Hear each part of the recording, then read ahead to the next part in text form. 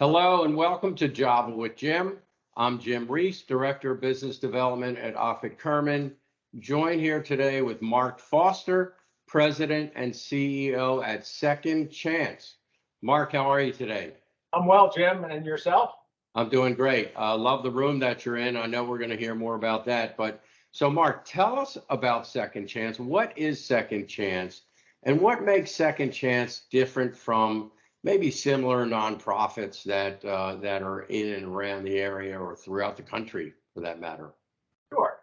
Jim, thanks first for allowing us to be on today and to talk about Second Chance, which, as you know, is near and dear to my heart. I'm the founder, 20 years in now. Have enjoyed every moment and can't get enough of this place. And what's interesting is, Second Chance was created to serve the community. Specifically, the population that we serve are returning citizens, those people who have been incarcerated for any number of years and any number of reasons.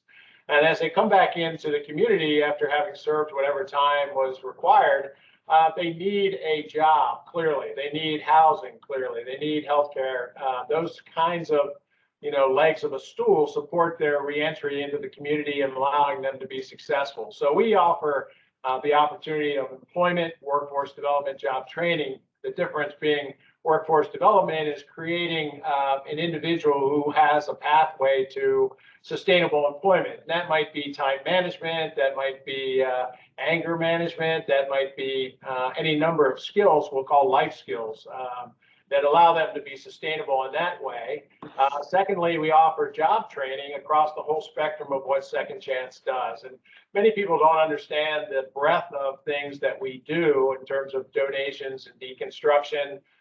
We have people in receiving, we have people that are doing sales, we have people that are warehousing, cashiering, transportation, picking up donations. And a big program that we offer that many people are unaware of is our deconstruction division, where we have about 100 people in the field every day learning how to take buildings apart. And the purpose of that is not only job training and skills, but also for those folks to have sustainable employment, but also in a place in which they can learn to take apart buildings, bring those materials back to Second Chance, providing a second chance for those materials, but also a second chance for themselves, and keep things out of the landfill. So what a lot of people may not know about Second Chance is they're really environmentally focused as well as workforce development focused.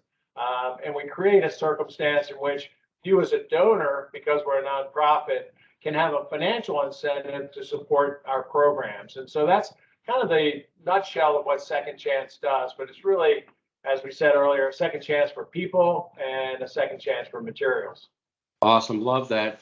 Tell us about the room you're sitting in.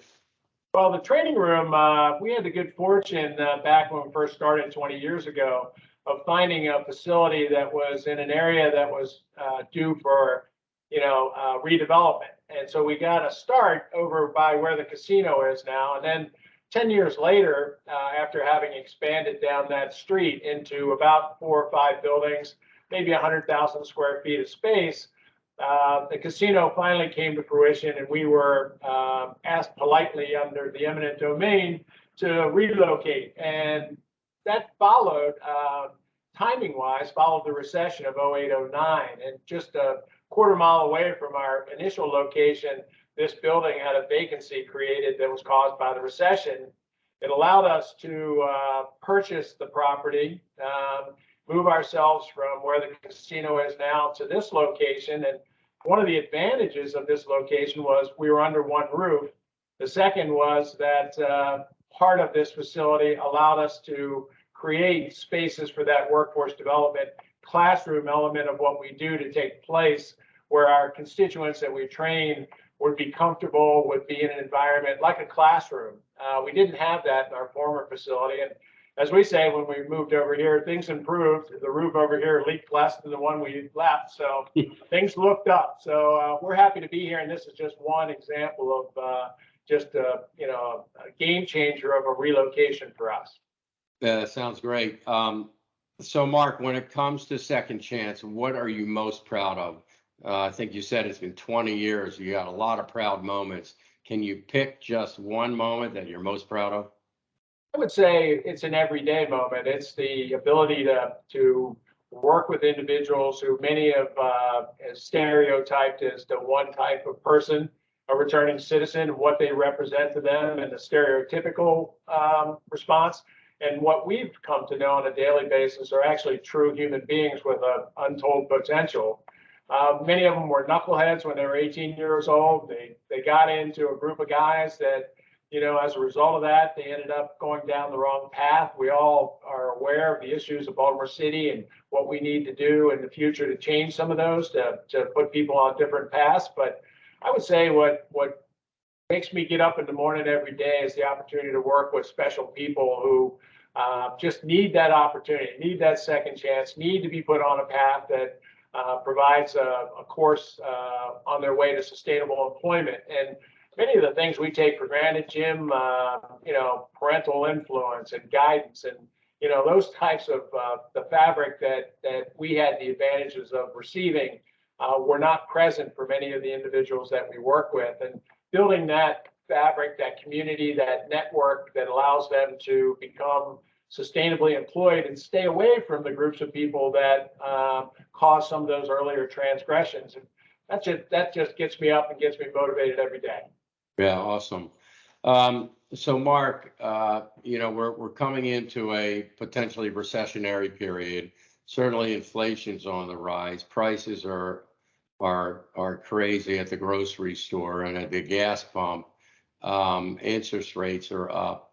How does that typically impact your activity at Second Chance? And what do the next 6 months look like for Second Chance? I'd say it looks busy and busier. What's been interesting is even in the pandemic, which had its unfortunately adverse effects on much of the community, and for that we are everyone is sad. It wasn't a good period of time for us, though it was actually it created an environment that was good for us, and by being good for us, it's good for the associates and the people that we're trying to help. Keeping them employed, keeping them active, keeping them engaged is what we have to do if we're going to be successful. And, many of the things that happened during the pandemic, whether that be, people at home who are clearing out their closets, they were, we've had electricians say they've never done more club basements in their life. The pressures that you're talking about, inflationary, that bleeds right into people wanting to save money and coming to a place like Second Chance for some of the materials they're going to need for the projects that they're going to undertake. So the last recession that in 08, 09 was impacted us, but only only minimally. So we see that coming. We don't want it, and nobody wants it. But for Second Chance, it's not going to be as big a challenge as it is for some in the community. Yeah, glad to hear that. So before I go to my next question, I did want to throw a question in here.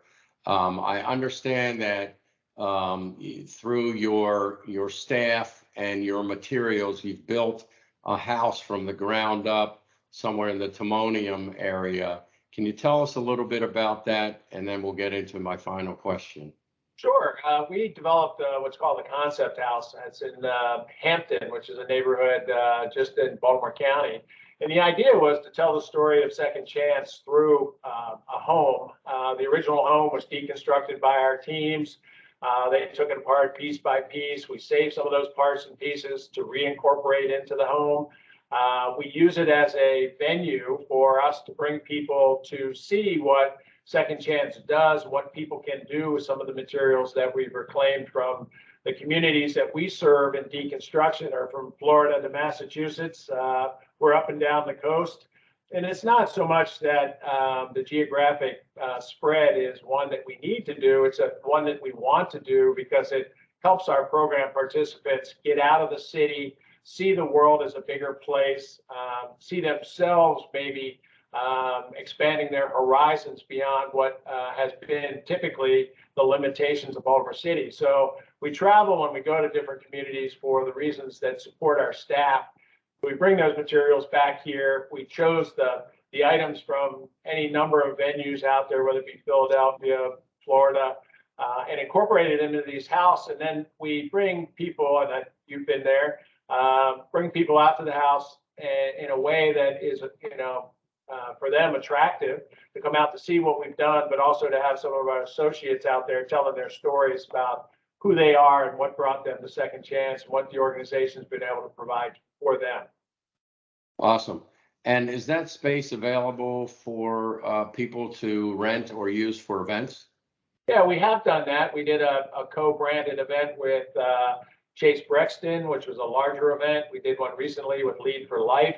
So, part of our community involvement, if you want to call it that, is to work with other nonprofits to make sure that their abilities to get their message out and awareness of who they are. One thing, Jim, I can say in the 20 years that I've been involved with Second Chance is when I first started and I said, Second Chance, people would say, what's that? I don't get that as much anymore because, we've been around for 20 years, but some of the new rising nonprofits, they need some awareness. They need, venue, if you want to call it that, to have people become aware of what their contributions are to the community. Hopefully the Concept House can serve that mission as well. Yeah. All right, Mark, the bonus question. What do most people watching this not know about you? I think about me personally, they probably don't realize that I actually enjoy not working. So I'm here all the time, but there's actually a life outside of Second Chance that I enjoy. As much as I enjoy being here, I also enjoy my time away. So, most people who know me know that I wear the brand and all the time, 24/7, no matter where I travel, where I go, because it's ingrained in me. But like all of us, I think we need a little time away to decompress a little bit. I enjoy that. And so a lot of people don't know that I actually even do that. But every once in a while, I will sneak away. I think what a lot of people don't know about Second Chance in general is that we're more than a retail store. It's such a large presence on the landscape of Baltimore, the retail store and people's involvement with it. They sometimes don't realize the whole other side of our mission. And that's something we work on every day, is to get people aware of our workforce development, our job training, and our work with returning citizens. Well, we certainly hope that this conversation helps promote that for you guys and get the word out there. Appreciate your time, Mark. I know you're a busy guy, and thanks for spending time with us. I'm sure I'll be seeing you somewhere soon. Hope so, Jim. And thank you for the opportunity. Okay, man. Take care.